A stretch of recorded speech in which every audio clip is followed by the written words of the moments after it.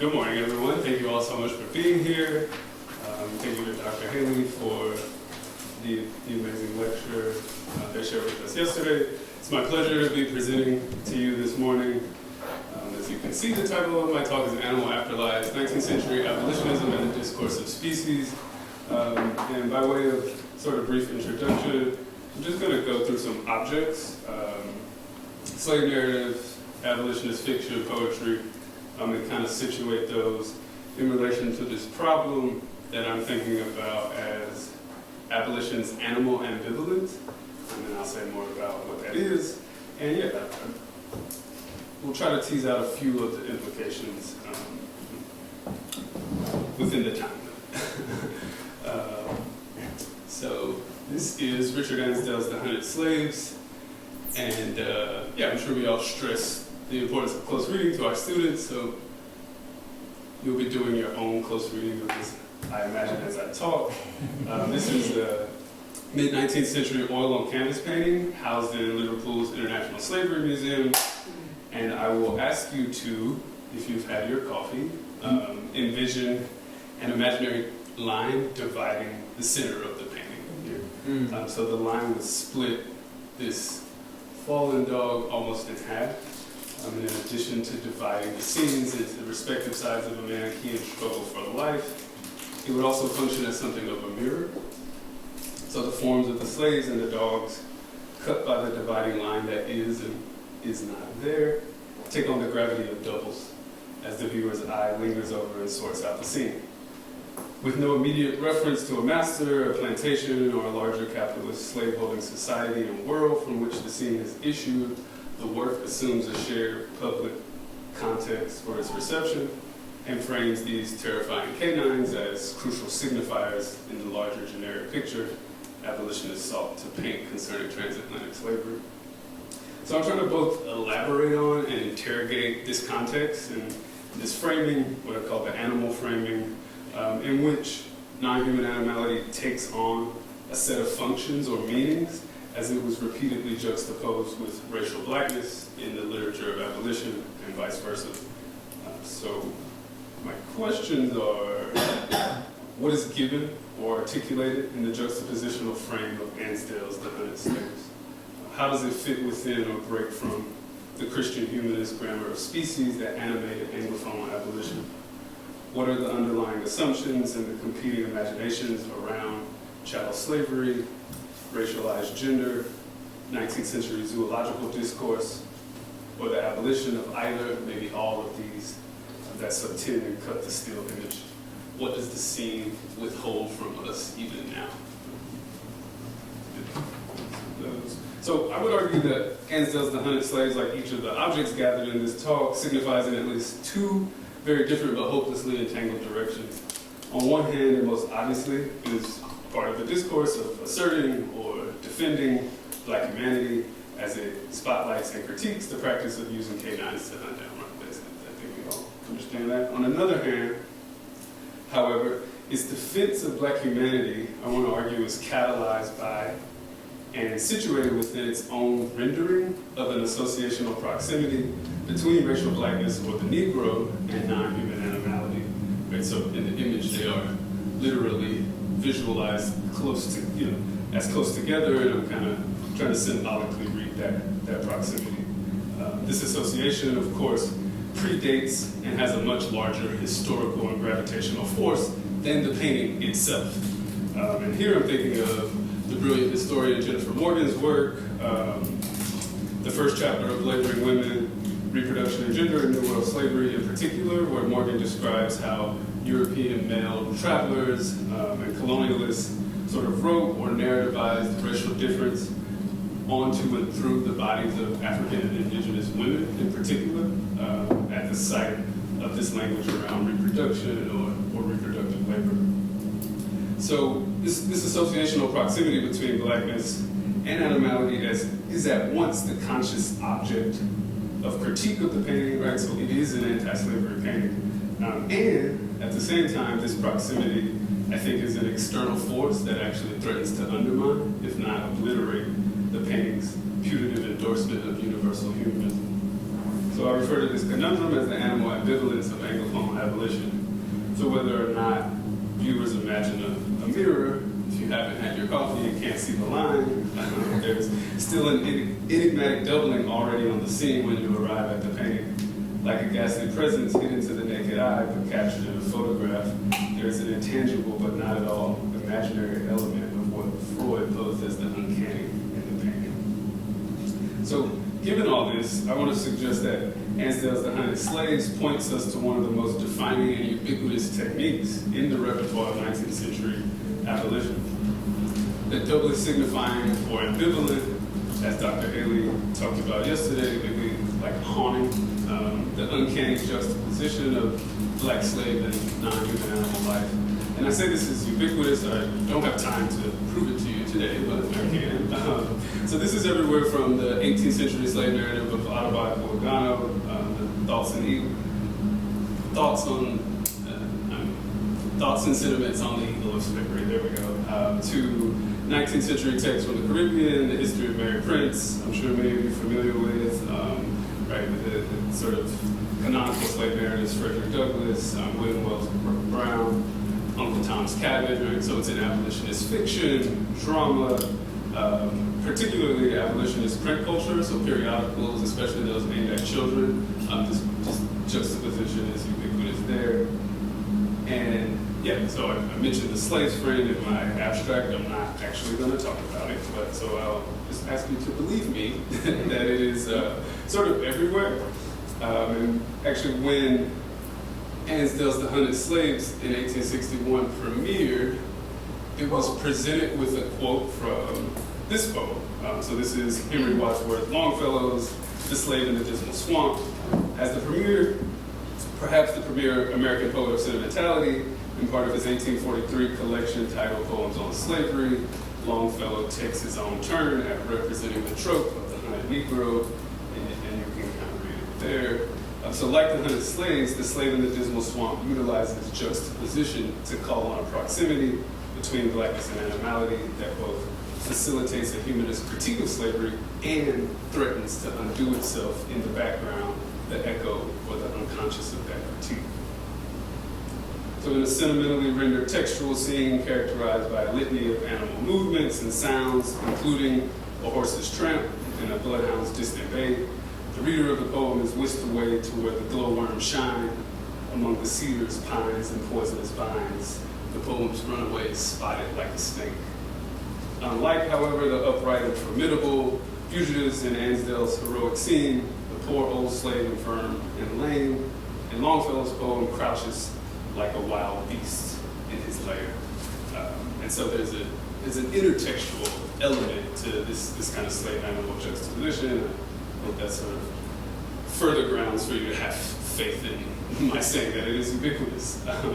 And so now I want to turn and kind of hone in on a specific, some of the specific work that I think that the juxtaposition is doing, particularly in relationship to gender and sexuality.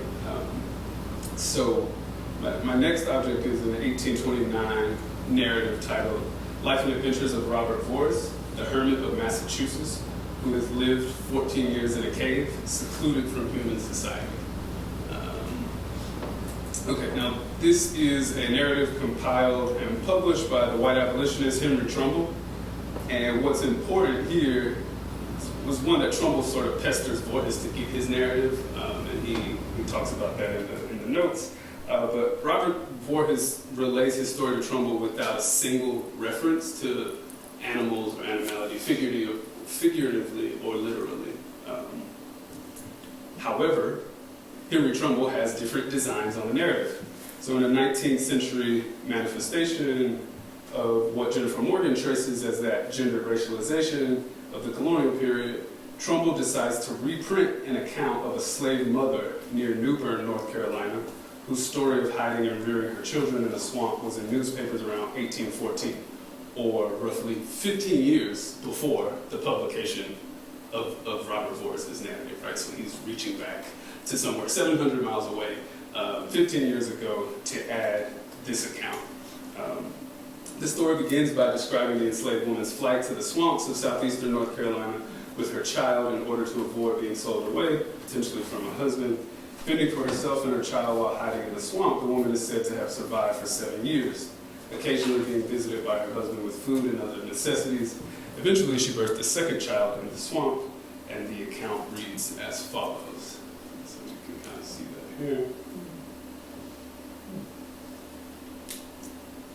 The reprinted narrative within the narrative deliberately frames the runaway mother and her children as human-animal hybrids, having been in the swamp so long that they have effectively begun to become animals.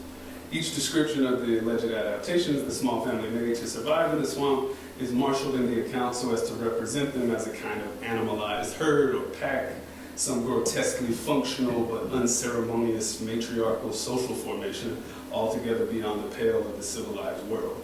Right, so this is partly the stuff of myth, of science fiction. If you read down to the bottom, he says they walk like partridges, a bird, that they could move essentially like cats or apparitions without making noise. And he continues, it doesn't stop there, right? So this part is interesting. Frogs and terrapins were considered as rare dainties, and even snakes would be taken as a lawful prize to satisfy the call of hunger. It goes on to detail how the family would hunt for mice using bread or meat, and you can kind of read that. So Trumbull's addition to Voris's narrative clearly emphasizes what I'm calling abolition's animal ambivalence. The idea that abolitionists seem to have been so drawn or committed to non-human animal imagery and metaphor in their critique of slavery that they repeatedly succumbed to these significant lapses, almost seeming to forget that they were presumably operating as discursive defenders of black humanity. Marshalling non-human animal metaphoricity and proximity to the enslaved female body in particular becomes, as it were, a virtually irresistible and oft-repeated ritual of pleasure and repulsion within abolition's textuality. And we see this again sort of throughout the literature, and especially in Mary Prince's the history of Mary Prince, related to Thomas Pringle, where Pringle includes a lot of supplements, and his fingerprint is really strong on the text. So the stronger the imprint of the abolitionist editor, usually the sort of more animal imagery there is in the text. Trumbull paradigmatically demonstrates the point that non-human animal imagery, metaphor, and juxtaposition are central to the slave narrative because white abolitionists imposed a set of terms on which black humanity would be articulated. Crucially, this included proximity from and to non-human animality, which, as Ikeda Jackson has brilliantly shown, were two sides of the same coin of ontological plasticity. Whether the slave-animal juxtaposition emphasized sameness or difference, it was an obsession in the narrative schema and affective economy of white abolitionists, even and perhaps especially when black slave narrators found little to no use for it. So that Robert Voris doesn't use this language, and Trumbull sort of makes sure it is there anyway, points to what I'm thinking about, what I think we can think about as a low-frequency conflict and struggle in the genre.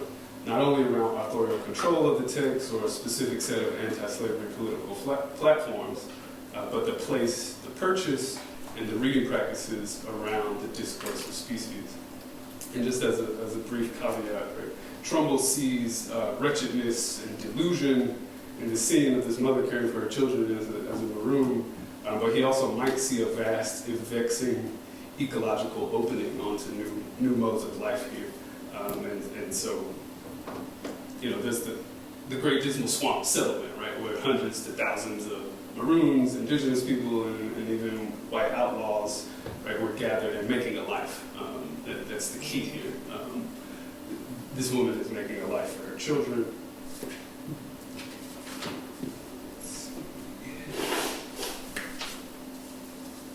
Okay, and so on the other side of Trumbull's representation of this black woman slave, in contrast to the sympathetic and wretched representation of Longfellow's poem, is the slave narrative of Henry Bibb, which also uses a swamp. So the swamp is a really key site, and a confrontation with non-human animals situated therein as the site to elaborate his own capacity for agential masculine action.